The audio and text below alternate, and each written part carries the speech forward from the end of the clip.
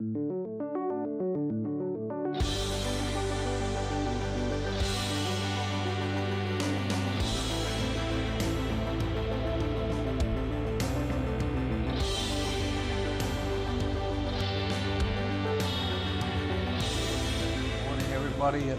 currently 9:30 in the morning.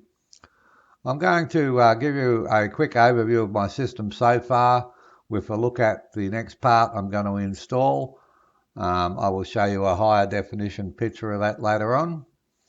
But basically what we have installed so far to have my system working online and to get the data, we'll go out to the power room in a minute and I'll show you the accumulated data since we did the install, okay? But basically what I have up here is a internet router which I'm using as a wireless connection from the power room to the house. Okay, the big red arrow. I have the latest battery monitoring system or shunt from Victron, which is a Bluetooth device. And I have this Servo GX unit here. So basically what we did was we installed the Bluetooth shunt, which you saw in a previous video. Then the servo unit and the VE direct cables arrived. I needed 3 of them. They all arrived. And basically we just plugged the VE direct cables into the VE direct ports just here. Just there, you follow that across there, and so we plug the we plug the MPP charge controller in. You follow the red line there. We plug the BMS or Bluetooth battery monitor into that port there, and we plugged in the modem. And then I went online, created an account, and it just automatically connected and hooked up. And it was just as simple as that. It just went fully automatic, okay? And as you can see down the bottom here, you can install, now these are a unpowered relays or potential free relays. And in there you can put in a generator start, all sorts of stuff in there. And indeed, there's the generator down the bottom. And that's in either one of those 2 relay ports. And in these ports over here, you can see you can resistive tank level inputs for water tanks, either in a caravan or a boat or whatever. You've got door alarm, bilge pump alarms, burglar alarms, smoke alarms, fire alarms, CO2 alarms. Any 4 of those can be plugged into this side here. And in this side here is your temperature monitoring systems. And then on the top there you can see you can just plug lots and lots and lots of stuff in. I mean, it's literally the amount of gear you can plug into this little Servo GX unit into the brains is incredible. Okay, now to get on to the next part we're going to install. So I'll take you out to the shed and show you the data so far that's on the iPad.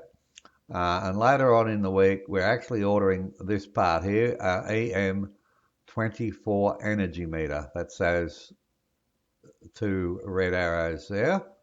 All right. Now that is going to measure, because I don't use Victron inverters, I use MPP solar ink inverters from Taiwan. They will not actually mate up with the servo unit. That doesn't really matter, okay? What I am going to install is this part here, and that will tell me the amount of power my house is consuming, which will give me all the information I require. So with the data I get just out of these 3 units here, the BMV, the Victron battery monitor, the MPP solar charge controller, and the servo unit, and when I combine it with this EM24, the amount of information I'm going to have is going to be complete. But you will see when we head out to the power room in a minute just how much information I get alone out of this unit here, this unit here, and this unit here. Alright, I can't make it any more simpler than that. We'll go out, we'll have a look at the iPad and have a look at the data so far. Okay, so let's go into the power room and let's have a quick look at the temperature. It's, what's that? Almost 24 degrees Celsius. Lovely cool morning. Alright, the time is 9:40. Okay, so the Bluetooth shunt, I put the is in there. Okay, the Victron charge controller is there. There's its VE direct cable. And if you look here, I've got two wires. So one of those is a VE direct cable from the shunt, and the other one is from the MPT 150/85TR smart charge controller. Okay, and here is the Servo GX unit. There they are plugged in the top. What's plugged into the bottom is the power. Now that goes down and just connects to two terminals at the end of my power run.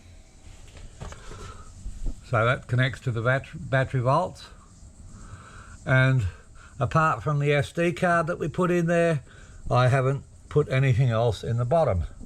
And there is my modem. Okay, all that's on the image inside. And then we're going to install the energy meter. There's a picture of it there. Okay, for now let's log in here. Alright, so we're going to have a look just over the Wi-Fi network first of all and show you what information is available there. Okay, it says select installation. I've only got one installation. It's the power room. So that gives me straight away, I can look at that.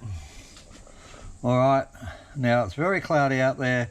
I've got 575 watts of solar going into the battery bank, which is 10.6 amps after powering the house. Out of this array here on the Victron charge controller, I've got 963 watts, which is 11.3 amps, thereabouts. And this is 13 minutes ago. I'm not sure of the refresh rate. I think it's every 15 minutes, something like that. Now when I install the energy meter, I'm hoping it'll show here. Okay, now we can go over here and have a look at the data overview. So the batteries, by the looks of it, got down to about 94%, 94.5 before they started 94, 95. There it is there, sorry. Before they started charging this morning, but I can go along there and see what my batteries went down to over the last night. And then I can click on any of these and get information. And I can click on, now if I click on this one here with a green dot, you see the green dot, that's current. Battery now is at 99%. Okay. Alright, so if we go back to, this is today, if we go back to yesterday, alright, we can do the same thing on all this. We can click anywhere here. We can click this low one here. And our batteries last night, or back then, before they started charging, got to 92%. So we're not using much out of the batteries, but just that much information for me is great. I can see through here what the rest of my solar is doing, what my total current is going into my batteries, which is 17.90. and I can see here, this must have just updated, yes, 2 minutes ago. We're currently bringing in 1000 watts. On the charge controller. So bear in mind, everything here has got solar on it. So what's not being used to power my house right now is going into the battery bank, and that shows in this total here what this charge controller is doing. Charge shows here, and yeah, then you've got all your historical data yesterday. You can go to the day before, and you can just keep going backwards and forwards, and that gives you a systems overview. So if you just wanted to see what the solar was, you can see, just go there, and yeah, it just gives you a really good systems overview. All right, but of course that solar is only giving the information from one charge controller. All right, okay. Don't worry about this. Oh, that's pretty close, I guess. So, oh, hang on a minute. I don't know what I've done there. There we go. I opened a new page somehow, a weather page. So that's how it all works. And that didn't cost a lot of money to get going. Well, when you're dealing with solar, I mean, yeah, it did cost money, but it didn't cost a lot of money. So I'm quite happy with that. And I think Ziggy's happy with the new monitoring system. Are you happy with the new monitor? Yeah. They didn't, are you? They didn't see you. Yes. Yeah. She is. She's happy. She doesn't like being on camera. Alright, that's it. I hope you enjoy this video. I hope you find it very informative. I've tried to keep it simple and keep you informed. An informed person is a powerful person. Keep safe, everyone. Bye for now.